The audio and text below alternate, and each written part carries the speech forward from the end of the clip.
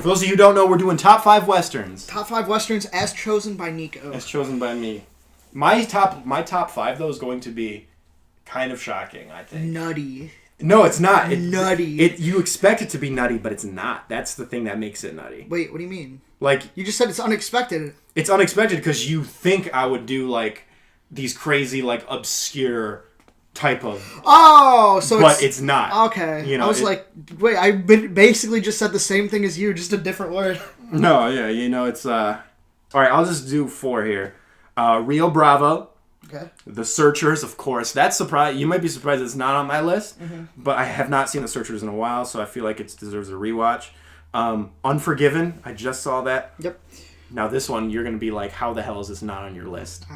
Because I talk about how this is one of my favorites. Once Upon a Time in the West. Okay. You're like, how is that not on the list? Because, again, I haven't seen it in so long. I feel like I really want my top 5 to be fresh in my brain so I can really talk about them, you know? Gotcha. And then Butch Cassidy and the Sundance Kid. Okay, before I get started on mine, I just gotta say one thing. New westerns are fucking great. They are. They're fantastic. They're fan-fucking-tastic. And they're constantly being made. They're just being made, like, in the indie realm. There's still big actors that want to be a part of it because westerns are, you know, like the foundation of film, pretty much. So, I'm going to start with a weird one. Zhaozha.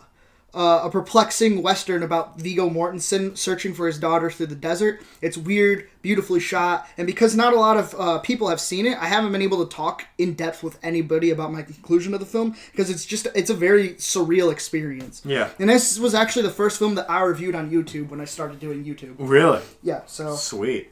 There's that, too. Awesome. Great movie. Love that movie. You want to do another one, or should I go? If you name us rapid fire. All right. The Man Who Shot Liberty Valance, 310 to Yuma, the remake, because I actually haven't seen the original, believe it or not, surprisingly. The Shootist, John Wayne's last film, and also a young Ron Howard is in it. It's great. Hang 'em High. I know a lot of people are not fans of that film. I love that film. Okay, I don't care what people say. And then here's a modern one, The Salvation, with Mads Mikkelsen. Mads Mikkelsen. Yeah. Mm-hmm. Yeah, I wanted to see that one. I never got to. Next up, I have The Assassination of Jesse James by the coward Robert Ford. Yep. It's a deeply saddening tale about tainted legacy. It's probably the most poetic western of the decade, or of the not the decade, probably the 21st century. Incredible acting prowess used to discuss gossip's way of altering facts. You can never trust authenticity of word of mouth, or for the film that you're viewing, for that matter. Is that it? Yeet! All right, cool. Sorry. Here's another modern one, the remake of Magnificent Seven. Okay. I think it's a good action romp. It might not be as like deep as the original, but I think Antoine Fuqua did a damn good job, and it was a great tribute film. The next one is The Keeping Room. That's another modern Western film about 3 girls who are attacked by not Union soldiers. Why am I blanking right now? Confederate soldiers. The other like, one. What? The other one. Yeah. They're trapped in a house, and it's kind of like a home invasion. It's like a home invasion Western. It's a really good one. It used to be on Netflix. I think they took it off. So The Keeping Room is good. Here's another modern one. In a Valley of Violence, Ty West's. Yeah, I've heard of that one. Yeah, Ty West's Who's in Western. that one? It was Ethan Hawke and John Travolta. Yeah. I thought that was a weird, because I knew it's John like Travolta it's like John Wick in the West. It's almost the exact same plot, honestly. Okay. But it's very good. Here's another film from like 1954, super obscure, and it's not that amazing, but it has beautiful cinematography. Beautiful. Some of the best Western cinematography I've ever seen, which is Last of the Comanches. It's a total obscure like Western film, Technicolor Western film from 1954. But dude, I'm telling you, the silhouette work in that film is like breathtaking. It's so good. And then I'm just going to list them all off here. I got 3 spiritual Westerns, which is Logan, Hell or High Water, and Zorro. So. Okay. Yeah. I dig it. I dig it. So I got a Bone Tomahawk, a hybrid of like Green Inferno type horror and John Ford character wit and sincerity. Both influences are authentic, having just as much heart as dismay. Watching bad things ensue to these characters is like watching John Wayne be defiled, which makes it just all that much more effective. Right. For those interested in audacious cinema, you should watch this movie. It's fucking weird. It's fucking great. I have avoided that film strictly because I'm not good with gore, and I heard that movie has probably the most goriest scene like ever. Probably. It's real fucked up. Is it? Oh god. But it's so fucking haunting, dude. Oh god. And then I got these ones. I've definitely named them before. Fistful of Dollars and A Few Dollars More. Yep.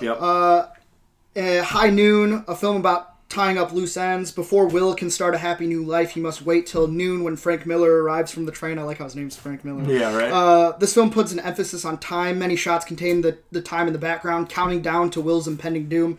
While he preps for their arrival, we get to see every tick build up suspense until the 4 horsemen of the apocalypse arrive. Oh, damn. Great movie.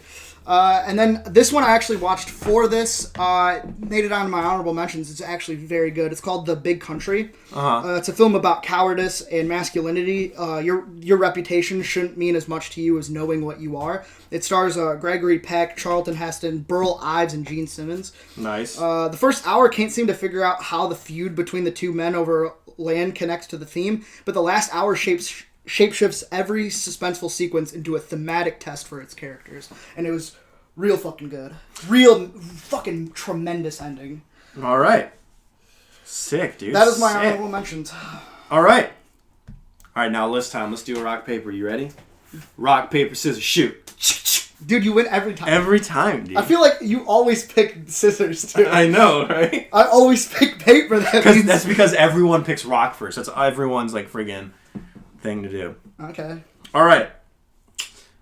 My number 5 is the 1960 remake of Seven Samurai. The Magnificent Seven. Of course, this is a remake of Akira Kurosawa's Seven Samurai. It stars Yul Brynner, freaking Steve McQueen, Brad Dexter, James Corbin, Robert Vaughn. It's a fantastic movie about 7 lone gunslingers who try to defend an oppressed Mexican village, and it is awesome. Dude, I think it holds up with Seven Samurai, and it kind of stands on its own, to the point where this remake had its own remake. So people almost view this film as a separate entity, and I can see why. The performances are fantastic. The cinematography is great. The tension is great, especially toward the end. This film has an amazing climax, and it goes against Western tropes and tripes of having, like, sort of a semi-happy ending. Of course, there's a little bit of that, but a lot of the stuff in this Western kind of happens. It's kind of a grim Western, if you really think about it. And for that time, 1960s, to have this happen to these characters was actually kind of groundbreaking, you know? I can't spoil it, obviously, what happens, but, something happens to these characters where you're like, wow, that's actually kind of shocking. And it still is shocking. I remember watching the remake of this Magnificent Seven, and they kind of did the same thing with the ending. And it's still an ending that's unexpected, even to this day. Mm-hmm. So it's really cool that they had the balls to do this in 1960, you know. And let's talk about that score, though. That score is one of the best scores of all time. Yeah, there's something about that score that's weird, though. It's like, it almost feels like there's no consequence. It makes like, it's not threatening whatsoever. No, but I think that makes it better. I think that kind of goes with the film, though. It makes the ending even more shocking. Sure. Yeah. You know? No, I feel you. That's why I thought it was weird. Yeah. But weird in a good way. Weird in a good way. Yeah. Sure. And also, some of the lines are absolutely, like, iconic, dude. So far, so good. That's all I'll say. You know. It's fantastic. Yeah, they do a really good job at individualizing each character, so you'll definitely remember them to the very. No, exactly. Everyone is developed. Everyone has their kind of own personality. Yeah, their own display of talent. Yeah, exactly. And it was really cool because back in that time, you know, kind of Akira Kurosawa did the same thing. It was cool to have like 7 different people kind of have their own talents be utilized in a different way. Yeah. And it was really cool. And Yul Brynner is freaking iconic for this role, and he reprised it, I think, in 2 sequels, and Westworld. Westworld, he literally just plays... he has the same outfit and everything. No, he is that character, I think. Like, that's legit. Well, yeah, because they technically based him on... Yeah. Which is super cool. Yeah, that is cool. That's one Western film I want to see. Like, sci-fi Western, I really want to see. Good. I have not seen the original Westworld, so... You haven't even seen the TV show. No, I haven't. I don't have HBO. I don't have HBO. So go ahead. All right, my number 5. I'm gonna do it to you, but I don't care. Django! Oh god. Django okay. Unchained. You know, I actually do like the original one Yeah, too. yeah. But that movie kind of climaxed a little early for me. Kind of like your love life. Oh! You are so rowdy, dude. You woke up with so much energy today, which is funny because like the outside would like make you think otherwise. Yeah, dude. No, it's because I'm on it today, dude. This is dreary today, dude. No, dude, I am on it, bro. This is like you gotta so be happy for you. Yeah, I'm so happy for you. I am on it. Django, it's more of the same from Tarantino, but can you really say that when the product is still unpredictable and unconventional? Tarantino's altered history still holds on to the brutality of this time period, but dishes it back with graphic novel-esque justice. It's a bloodthirsty good time. Make no mistake, this is violence for a good cause, vicariously viewing what should have been. I think this movie is fucking awesome. It has a lot of movie references still. That's something that he always does, and he even has the original Django in it. You knew that though, right? Yeah, that Nero. Yeah. Yeah. Yeah, when he has the conversation with him, he's like, yeah, I know. Yeah. The D is silent. It's so good. The D is silent, hillbilly. Yeah, dude. Different guy, but... That's a fun as fuck movie. I know you're not crazy about it, but... I am not crazy about it. I am not crazy about that Western. I don't even really... It was funny. I'm not the only one who doesn't even really consider that a Western. My friend asked me, he's like, what is your favorite Western? And I said, this answer. And then I'm like, I don't know how Django was brought up, but I'm like, yeah, I know you really like Django, blah, blah, blah. And my friend was like, I don't even consider that a Western, though. Like, that's like such a Tarantino film that the Tarantino overshadows the Western. And I'm like... Thank you. But that's like someone said it. I mean, that's kind of like with a lot. I don't know. That's with a lot of movies, where sometimes it takes it's on the back burner almost. But it's like even The Big Country, which is a film that takes place entirely in the West. It's still kind of like a drama. No, yeah, for sure. I understand. I actually like The Hateful Eight more than Django personally, which is kind of surprising. Oh. Yeah. So. Anyway, because it's like an Alfred Hitchcock type movie. That's kind of what it is. It's like Reservoir Dogs in the Old West, which I thought was pretty sweet. All right, my number 4 is I'm Your Huckleberry. You know what that is? You don't know? Oh, okay. I thought you would know what that reference was. That was Tombstone from 1993. Okay. There have been many other versions of this story, like the gunfight at the OK Corral. There's been a lot of Wyatt Earp stories and Doc Holliday stories made into films, but I think this really encapsulates the whole gunfight at the OK Corral story. It might not be the most historically accurate type thing. It kind of portrays Wyatt Earp and Doc Holliday and the other two Earp brothers as kind of like heroes, like lone gunslinger heroes, but in reality, they were sort of more morally ambiguous, and that's kind of in the film, but not as much as it was in real life. But a lot of westerns like to paint their heroes with moral ambiguous strokes, especially with Sergio Leone kind of pioneering with The Man with No Name. He really pioneered the morally ambiguous hero. This kind of return westerns to their form. It has great action. It has great lines. One of the best villains with Boots. What's his name? Boots Riley is his name, right? Boots Riley's the director. No, not Boots Riley. What the hell is his name? No, Powers Booth. Sorry, Powers Booth is his name, which is such an awesome name, by the way. He has a great villain. He's a great villain. Again, Val Kilmer has his best performance as Doc Holliday, and Kurt Russell has an amazing performance as Wyatt Earp. It's really cool. It's action-packed and it's fast-moving. It's definitely a Western that kind of suits the modern audiences, Yeah, that's for sure. That's the coolest Val Kilmer's ever been. Oh, 100%. I'm your Huckleberry. That's his, catchphrase. Yeah.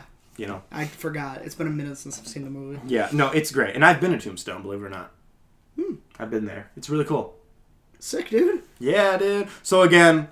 It might not be historically accurate, and it definitely might be more modern of a Western, more where emphasis is more on the action rather than the drama of a Western. But you know what? That's what I like sometimes, and I think this film really has that story down pat, bro. And the cast too, fantastic, dude. Bill Paxton, Sam Elliott, Val Kilmer, and freaking Kurt Russell, dude. Yeah, they are badass. As soon as you see their silhouettes walking in their black coats just down the frickin' road, you know what it is. Good stuff, dude. Yeah, dude. I dig it. Mm-hmm. Man, I just got to tell you something. I've been favoring new westerns. Me too. I love new westerns, dude. Yeah, so I got to do it. I'm going to do it again with my number 4. Mm-hmm. The Proposition. Okay. Guy Pearce plays Charlie, given a proposition by local lawmen to hunt down and kill his older brother charged with raping and murdering. Or his younger brother will be killed. Charlie's life of violence is seen to be inescapable and causes him to face a moral dilemma. Mm-hmm. The strength of top-notch Leone films with just as much intellect to it. It's unflinching, uncompromising, and it contains raw emotion. It's one of the finest directed westerns of the 21st century, and it has a really fucking good soundtrack from Nick Cave. Okay. Yeah, it's really, really good. That's good. Have you seen it? I have not, actually. I'm actually kind of surprised you haven't. Well, you said it's a modern one? You told me about the Proposition before. I think it's before 2010. I think it's like 2006 maybe. So it's pretty modern. Here, let me look this up. I just want to look this up real quick. 2005. 2005. Yeah, I have not seen this film, but I remember you telling me that you really liked this film. And it was actually shown to me by Brian. So that's why I also figured you had seen it, because he probably showed it to me. I have heard of it from either you or him, but I have not seen it. Or, you know what? You know what's weird is that sometimes I see movies, dude. And you'll forget? I just forget I see them. Like Fistful of Dynamite, for example. Or Duck You Sucker. Duck You Sucker is another title for it. I saw that film. I saw it. I cannot remember like a single thing of that film, though. But I remember seeing it. No, I feel you. That's happened to me many a time. So you know what? I might have seen this film. Because I'm looking at the poster right now, and I remember holding a DVD with that poster thing in my hand. I might have seen this film, actually, dude. Weirdly, point is, if I did see it, I do not That's remember. Unfortunate, dude. It is unfortunate. But it might have been great. I don't know. I might have not seen it. No idea. Who the fuck knows? Question mark. Who the fuck knows, dude? I've been having that with a lot. There was another film, the same thing happened, where I'm like, holy crap, I did see that film. And I just can't remember a single thing from it. That happened. It's not even saying that that's a bad film. No. It's just... you forget. That's happened to me so many times where I seen a movie and I still remember it being good, but I can't remember a single fucking scene from it. Same. That's unfortunate. And that's probably a bad sign, too. Mm-hmm. But yeah, that's my number 4. Alright, my number trace is A Fistful of Dollars. Okay. The first in the trilogy of the No Name trilogy by Sergio Leone. This film has probably one of the best opening sequences of all time. One of the best character introductions of all time, right next to Indiana Jones. This is fantastic. This established the spaghetti western into the mainstream norm, and it also established frickin' Clint Eastwood as the badass, morally ambiguous character that he would soon become iconic for. And this really established not only did it go against most of the genre tropes of that time for westerns, but it also reestablished some of the best genre tropes that we are still copying today. Yeah, I totally agree. 100%, dude. I have a giant poster of A Fistful of Dollars in my room, and I love it. I think I have one too sitting around where it's like him around a lasso. Oh yeah, I don't have that one. Or a noose, I mean. Mm-hmm. I found mine in the weirdest spot. I found mine at a record store. Really? Yeah, I was in Florida, and I found it at a record store, and I'm just like, why is this here? Dude, record stores have like weird shit. But that was like the only movie poster they had, which was strange. Yeah, everything else was music, and then they just had Fistful of Dollars, and I'm like, cool. I have not seen that poster anywhere though, the one I have. So, good on you, record store. Yeah, Fistful of Dollars, my number 3. Number 3, good choice. Mm-hmm. Excellent choice. My number 3 is it's The Searchers. Cool. Western in an episodic form, leaving one journey and heading right to the next. Tackling race relations, Ethan sets out on a trek to find the last survivor of his family during an attack delivered by the Comanches. Wayne gives arguably his best performance, I think. Mm-hmm. Sequences were more extreme for its time, and in turn the characters become more complex due to the nature of the trauma.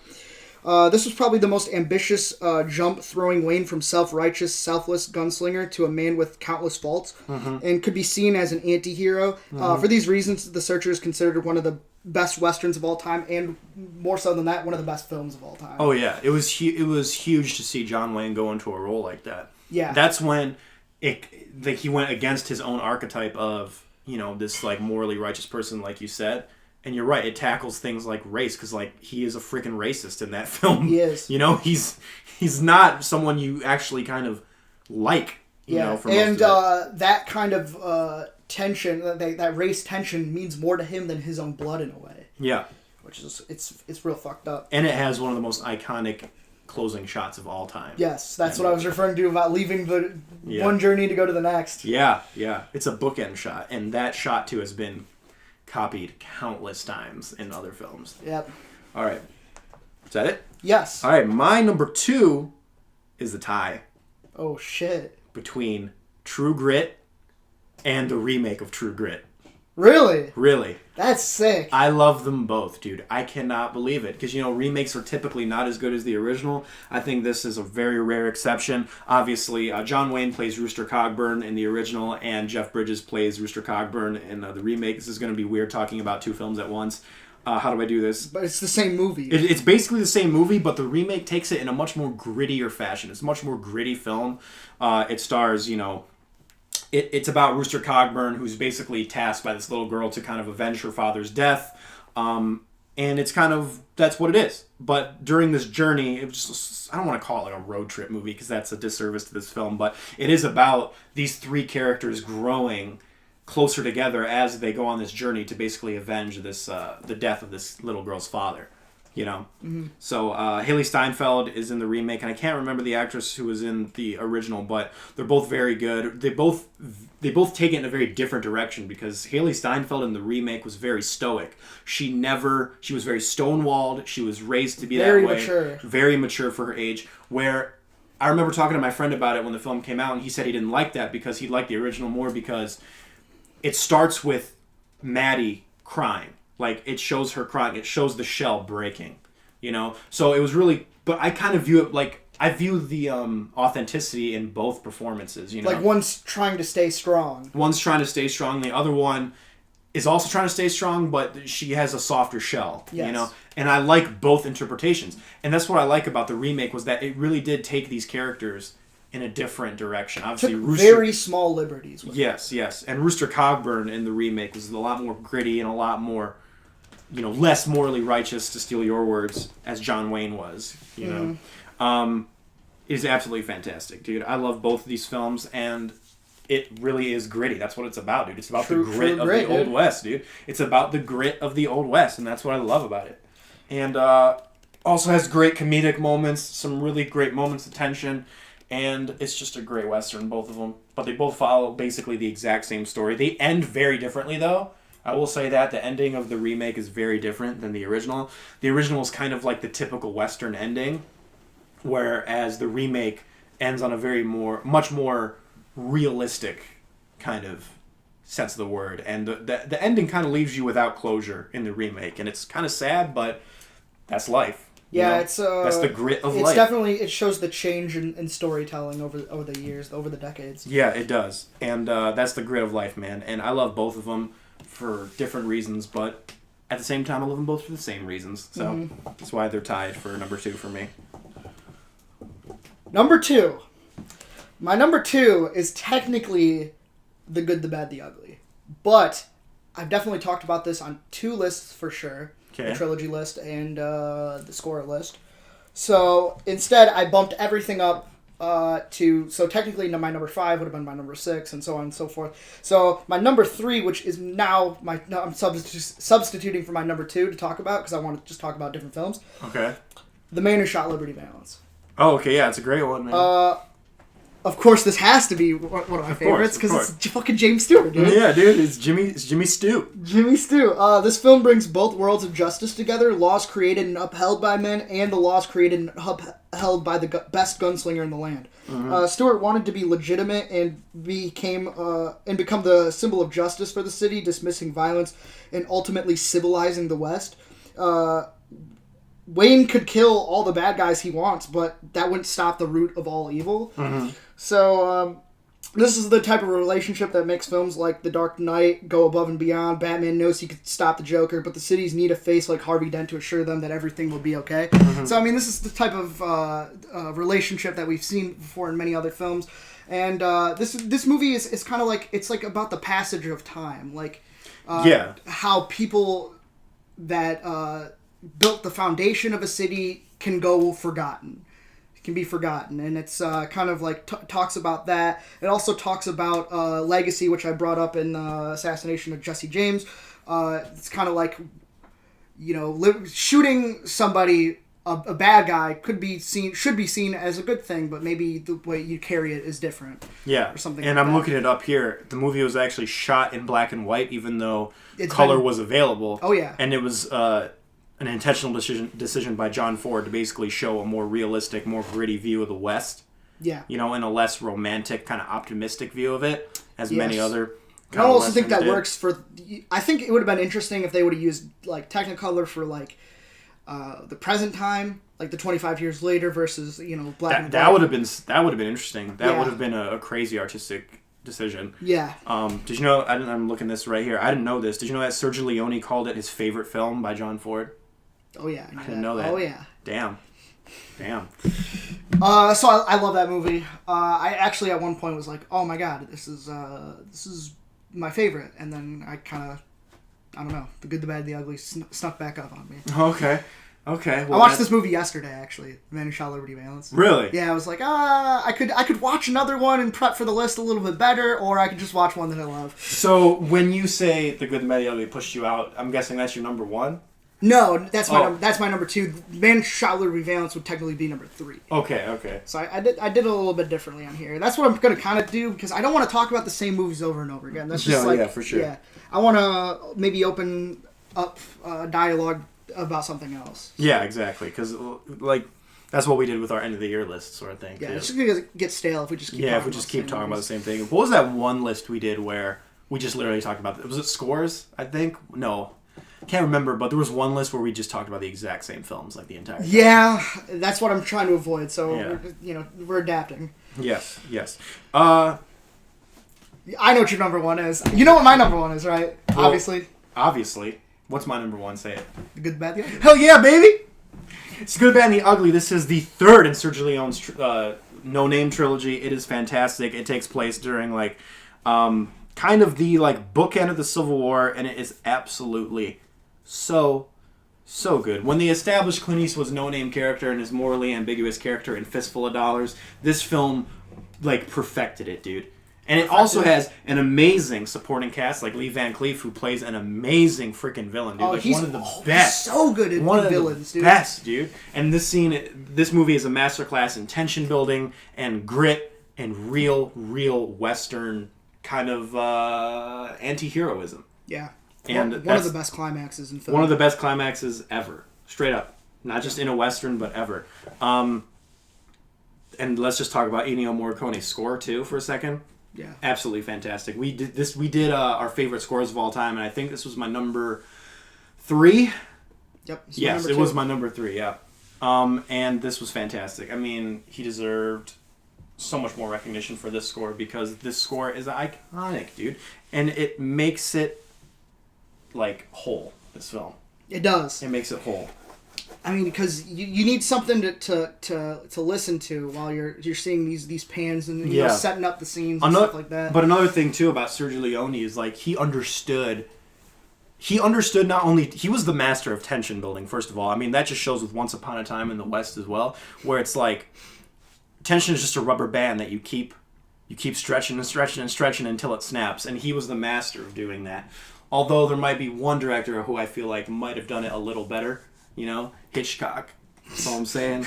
But for a Western, this guy was absolutely amazing. Unrivaled. I mean, what can I say about Good? How many times have we talked about Good, Bad, and the Ugly on this? I'm starting to get sick of it. Like, yeah, exactly. No. I almost picked something else. I completely understand. That's actually why, because I knew you were going to put it on there. I know. I almost picked something else to put as my number 1 just because I'm like, I want to talk about something different, but I would be betraying my own list if I didn't put Good, Bad, and the Ugly. Yeah, that's why you gotta give it the credit, but you also have to be like, hey, you know, this is another one that I think people should watch. When people say spaghetti western, this is the film they're talking about. This is the film. Yep. You're talking about. If you want to shoot. Don't talk. That's all I'm saying. What's my number 1? Your number 1 is Once Upon a Time in the West. It is. Which actually I have not talked about. The only time I brought it up was when I said like it was my third favorite film of all time. I think. So I need to rewatch that like stat, dude. Stat. I honestly think it's the best movie. I watched both of them like back to back to see which one I liked more. And this one definitely it did it. I don't know how. But even today, a Western hasn't outmatched the cool that Once Upon a Time possesses, with its opening sequence lasting 15 minutes, almost 15 minutes, spatially identifying the surrounding in great detail with an observant scope and constant pans. When the confrontation does start, the initial exchange is haunting. Did you bring a horse for me? Looks like we're shy one horse. You brought two too many. That's so fucking good, dude. This is the first indicator that you're in for a wild ride, but it doesn't stop there. Every main character gets a 15-minute or so intro, bringing you into their world, and you could either sympathize for their cause, despise them with every fiber of your being, or be dazzled by their intensity. Henry Fonda was cast against his typecast as the villain and turned out to be one of my favorite villains in history. Actually, I do think he is my favorite villain. Oh, damn. As Frank. He is so good. Damn. He's so menacing, and he has that look. He has that look that should have been utilized as like a sinister side of him for a long time. Yeah. Personally, I think this is the best shot Western by a mile, the best written plot lines, and the perfect poetic climax for them. And a close second for best score, giving every character their own theme, cementing musically their cause. And just cinema practically just doesn't get better than this film. This is my third favorite film of all time. I fucking love it. And the cast is amazing, too. The cast is amazing. Charles Bronson.